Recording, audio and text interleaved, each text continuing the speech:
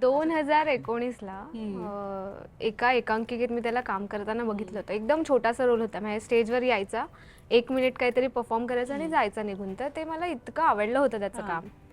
तर आमची एक कॉमन मैत्रीण आहे पूजा मिटबावकर, तिला मी जस्ट म्हटलं होतं की अरे असा असा तो मुलगा मला छान वाटला, किती छान काम केलं त्याने वगैरे.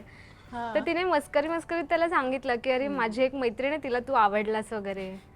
तर ते तसं मस्करीमध्ये सुरू झालेलं प्रकरण. आणि त्याच वेळी मी एका नाटकाचं मॅनेजमेंट करत होते. सो त्या नाटकाचं तिकीट तो येणार होता बघायला आणि ते तिकीट माझ्याकडे होतं. तर मग मी त्याला तिकीट दिलं वगैरे. तिकडे आमची पहिली भेट झाली. आणि त्याच्यानंतर मग हळूहळू मी बोलायला लागलो. आणि मग तोपर्यंत मला माहित होतं की हीच ती मुलगी आहे साधारण, की पूजानी जिच्याबद्दल मला सांगितलं. मग बोलायला सुरुवात झाली हळूहळू. आणि मग आय गेस 25 ऑक्टोबरला मी पहिल्यांदा भेटलो 2019च्या. आणि नेक्स्ट डे त्याचा वाढदिवस होता. सो त्याच्या वाढदिवसाची खरेदी करायची म्हणून आम्ही एक दिवस अख्खा फिरत होतो. आणि तेव्हा मला एक स्पार्क आमच्यामध्ये आहे असं जाणवलं होतं. Vibe match. मग त्याच्यानंतर आम्ही म्हटलं की चल हे काय हरकत आहे ट्राय करून बघायला. मग 10 डिसेंबरला आम्ही आमचं अफेअर डेटिंग सुरू झालं. सेम इयर ना, 2019ला. सो परवा नाही ऍक्च्युली, उद्या we are completing 6 years of dating on 10. So आम्हाला 10 डिसेंबरलाच लग्न करायचं होतं, पण नेमका मुहूर्त नव्हता. सो आम्ही डेट ऍडजस्ट केली 5 डिसेंबर. पण उद्या आम्ही चाललोय आज, म्हणजे एका ठिकाणी डबल सेलिब्रेशन होईल ना 5 दिवसांनी लगेच. एक्झॅक्टली. येस. सो पुढे येस कंटिन्यू निमिष तू कर. बघूया लक्षात आहे का.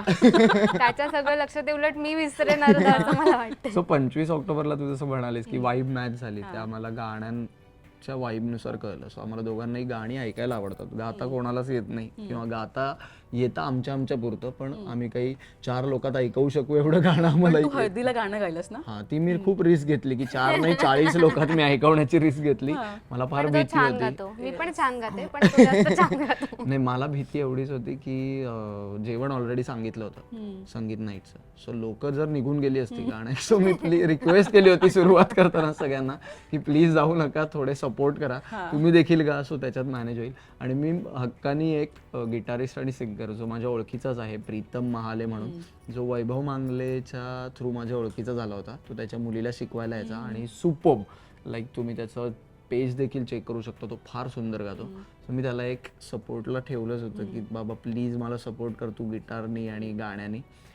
तर तसं मी केलं होतं. सो जे पहिल्या दिवशी आम्ही गाणं गायलेलो ते पण मी त्या दिवशी तिला ऐकवलं. 6 वर्षांची 6 गाणी ऐकवलेली. तर ते जे पहिलं गाणं होतं ना, हुसना, सो तेव्हा सुखन जस्ट आय गेस आम्ही बघितलं होतं. सो मला ते फार आवडलं होतं. आणि त्याची सुरुवात सुखनची हुसनानी होते, हुसना या गाण्याने, पियुष मिश्रांच्या. सो आय गेस त्या गाण्याच्या गोष्टीपासून जी आमची वाईब मॅच झाली, मग हळूहळू गोष्टी बऱ्याच मॅच व्हायला लागल्या की कॉम्प्लिमेंट करायला लागलो, की मी खूप बोलतो आणि ती फक्त ऐकायची.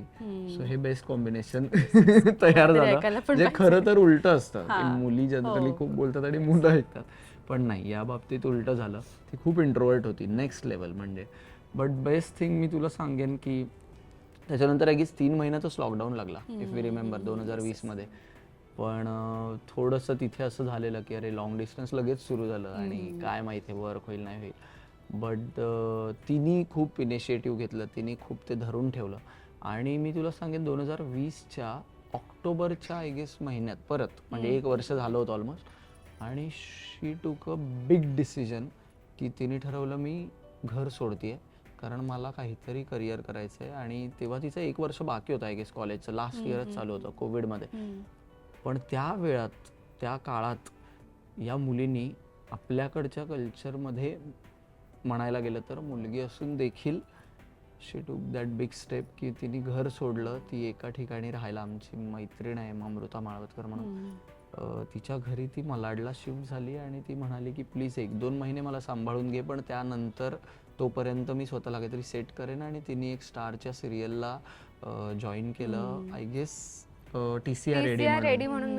तिथून तिने सुरुवात केली करिअरची. आणि त्याच्यानंतरचा तिचा प्रवास कायम वरचा चढता ग्राफच होता. सो त्या गोष्टी मला कुठेतरी जास्त इम्प्रेस करत होत्या. मी कुठेतरी कधीतरी पडलो असेल, पण मी तिला कधीच असं पडताना बघितलं नाही, किंवा ती जरी पडली तरी मला असं कायम वाटायचं की तिने कायम वर गेलं पाहिजे आणि तिने कायम काहीतरी सक्सेस अचीव केलं पाहिजे. कारण आय गेस तिने जेवढे गट्स दाखवले तेवढे मी माझ्या 19व्या वर्षी दाखवले नव्हते. माझ्यात तेवढी हिंमत नव्हती.